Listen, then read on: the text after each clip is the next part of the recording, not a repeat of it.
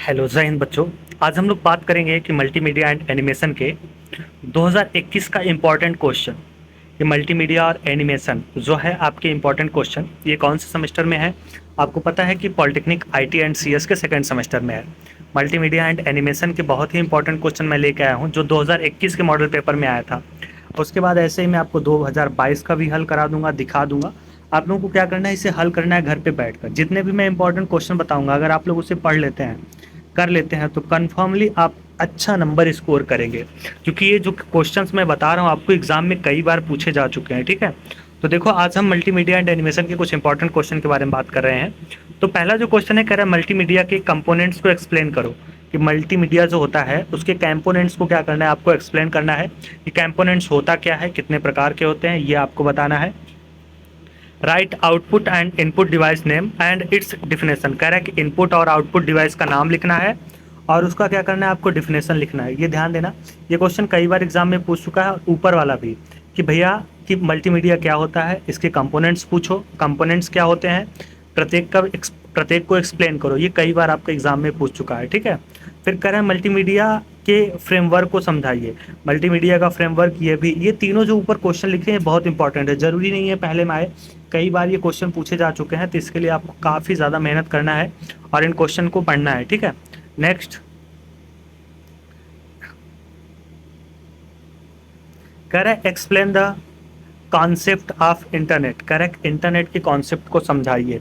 Internet होता क्या है, कैसे काम करता है, उसमें क्या क्या चीज़ें होती हैं, ये बहुत ही इंपॉर्टेंट चीज़ है, ध्यान देना।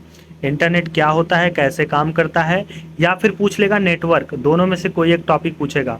तो नेटवर्क क्या होता है, मैं इसकी पूरी वीडियो आपको बना के दिया हूँ, आप लोग वहाँ से जा करके देख सकते हैं। ठीक है, तो अगला कह रहे हैं निम्नलिखित में से उल्लेखित कीजिए। एनआईसी क्या होता है, हब क्या होता है, राउटर क्या होता है, रिपीटर्स क्या होता है, ब्रिज क्या होता है, कह रहे हैं गेटवे क्या होता है। ऐसे ही आपको दिया रहेगा 5-6, इसमें से कहेगा इनको क्या करना है, व्याख्या करना। तो इस पर ज़्यादा नहीं, 3-3 लाइन आपको लिखना है, 3 लाइन 4 लाइन, आप जितना लिख सको। अगर आप फिगर बना सको, जैसे हब का फिगर बना दिए, राउटर का फिगर बना दिया, तो अगर आप फिगर बना देंगे तो और भी बेटर होगा। ठीक है, कह रहा है सर्च इंजन पर टिप्पणी कीजिए कि सर्च इंजन होता क्या है। ये आपको बहुत इंपॉर्टेंट है, एफसीआईटी में भी था, इसमें भी है कि सर्च इंजन होता क्या है, कैसे काम करता है, इसमें हम क्या क्या सर्च करते हैं, किसके माध्यम से चलता है, ये सारा प्रोसेस इसमें आता है। नेक्स्ट है, कह रहा है एनिमेशन से आप क्या समझते हैं। कह रहा है कि एनिमेशन से आप क्या समझते हैं, ये क्वेश्चन आपका एक हो गया। कह रहा है एनिमेशन से आप क्या समझते हैं। दूसरा कह रहा है जेपीईजी, जीआईएफ, पीएनजी के बीच अंतर बताइए। कि जेपीईजी क्या होता है, जीआईएफ क्या होता है, पीएनजी क्या होता है, इसके बीच आपको अंतर बताना है। फिर कह रहा है 2D एंड 3D को समझाइए कि 2D क्या होता है, 3D क्या होता है। कि 2D क्या होता है, यानी 2D डायमेंशन क्या होता है, 3D डायमेंशन क्या होता है, ये आपको समझाना है। नेक्स्ट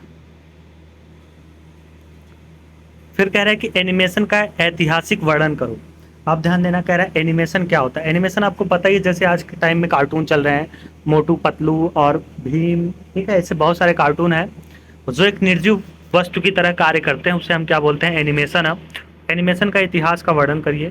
फिर कह रहा है एरो टूल्स के साथ लाइन सेगमेंट को कन्वर्ट करो। कह रहा है कि एरो टूल्स के साथ लाइन सेगमेंट को क्या करना है, कन्वर्ट करना है। ये क्वेश्चन बहुत इंपॉर्टेंट है, दोनों का क्वेश्चन बहुत इंपॉर्टेंट है कि एनिमेशन कैसे स्टार्ट हुआ, उसमें क्या क्या प्रोसेस होती है, ये। फिर कह रहा है विभिन्न मल्टीमीडिया सॉफ्टवेयर का वर्णन करिए। विभिन्न कौन कौन से मल्टीमीडिया सॉफ्टवेयर होते हैं, उन्हें क्या करना है, उनका वर्णन करना है। फिर कह रहा है मल्टीमीडिया एंड हाइपर मीडिया में क्या अंतर है। कह रहा है मल्टीमीडिया एंड हाइपर मीडिया में क्या अंतर है। देखो इसमें 4 क्वेश्चन दिया है, हो सकता है 4 क्वेश्चन दिया रहे आपका पेपर में। तो मल्टीमीडिया एंड हाइपर मीडिया में क्या अंतर है, ये क्वेश्चन कई बार पूछ चुका है, तो यह भी बहुत वेरी वेरी इंपॉर्टेंट है। ठीक है, नेक्स्ट कह रहा है आपका 5वां कह रहा है कि संलेख उपकरण के प्रकारों का वर्णन करिए।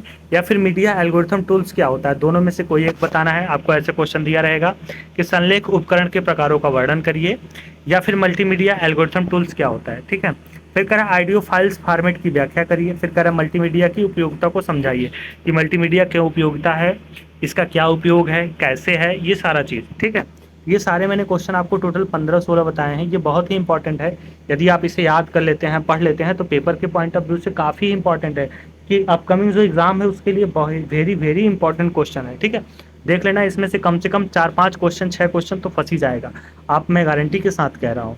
ठीक है, फिर मिलते हैं नेक्स्ट वीडियो में आपको ऐसे ही कुछ इंपॉर्टेंट क्वेश्चन को लेकर के। तब तक के लिए थैंक यू, धन्यवाद।